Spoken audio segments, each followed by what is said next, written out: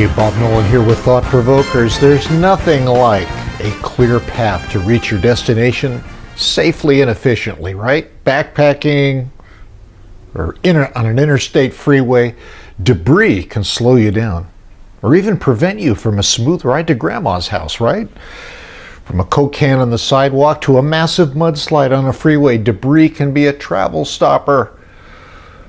One of the most disturbing and also impertinent pieces of debris in modern Christendom is the teaching about AntiChrist. It's really more mysticism than it is Bible interpretation. But the crazy teachings about Antichrist have caused huge and unnecessary consternation among believers and even some non-believers. And underscore that word unnecessary, because most of what's taught about Antichrist in contemporary seminars and video blogs is very imaginative spam, but not to be found in the scriptures. I'd like to provoke your thoughts regarding what Antichrist is not. In part 2, if you can hang in there, I'll take a shot at what Antichrist actually is. The dreaded Antichrist has been an item of fascination and speculation for centuries. There have been prognostications on hundreds of candidates for the dubious honor. Genghis Khan, Napoleon, kings, popes. In the 20th century, there was Mussolini, Hitler, FDR, even Ronald Reagan was a candidate. New nominees for Antichrist come up all the time, but as yet, no one has been officially coronated with the nasty title. Of course, the usual suspects are political or religious leaders that people don't like. Those are the ones that usually get nominated for Antichrist. Let's take a look at this massive piece of mystical debris. First, ladies, I'm sorry, I've never heard of a female contestant for Antichrist. So it's not one of you. But then again, in the scriptures, there's no mention of gender for Antichrist. So although everybody is looking for a he, the Apostle John did not say he or she. In fact, watch out now, he never even mentioned a person. There's actually very little scripture on this. Antichrist is mentioned only 4 times, and that by the Apostle John in his tiny little epistles. Can you believe Antichrist is not found in the book of Revelation? Did you know that? The concept has filled much space in books, blogs, seminars, and even Christian history, but comparatively little mention of it in the New Testament. John was writing as if Antichrist had already shown up in his day, and that many Antichrists were already at work. He never mentioned or predicted a single individual. His readers read words that indicated that it was all happening in their day, even though today's prophecy teachers say that Antichrist is coming in our future. They modify John's words, as if there's an Antichrist out there somewhere today and about to burst onto the global scene.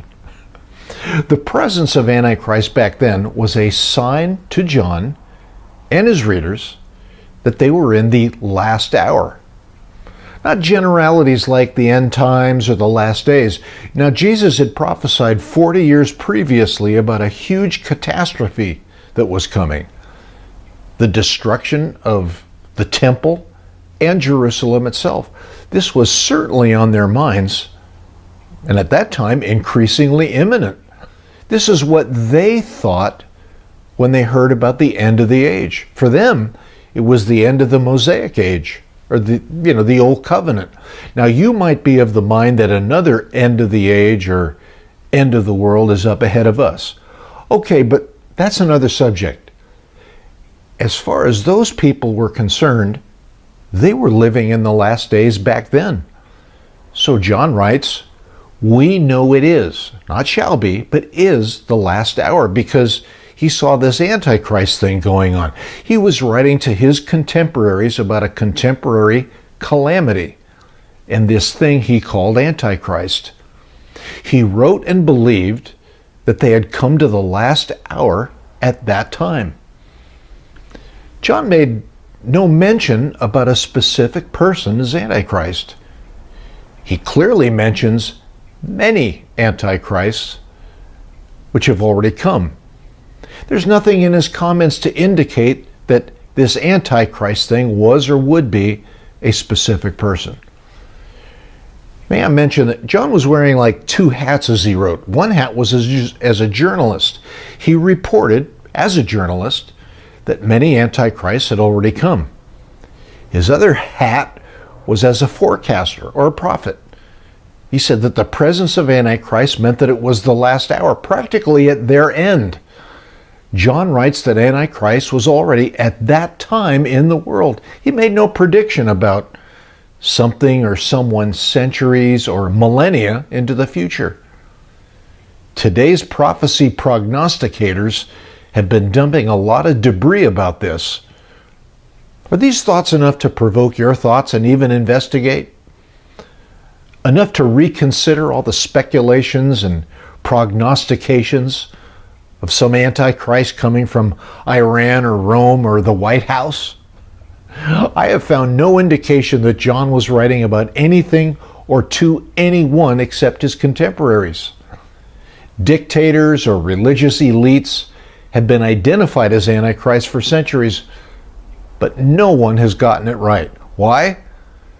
Because although there's plenty of enemies of Christ in every generation, the Antichrist taught by John had nothing to do with today, except to know that spiritual debris then is no different than spiritual debris now. I'm Bob Nolan with Thought Provokers. Stay tuned for part 2, and you be careful out there.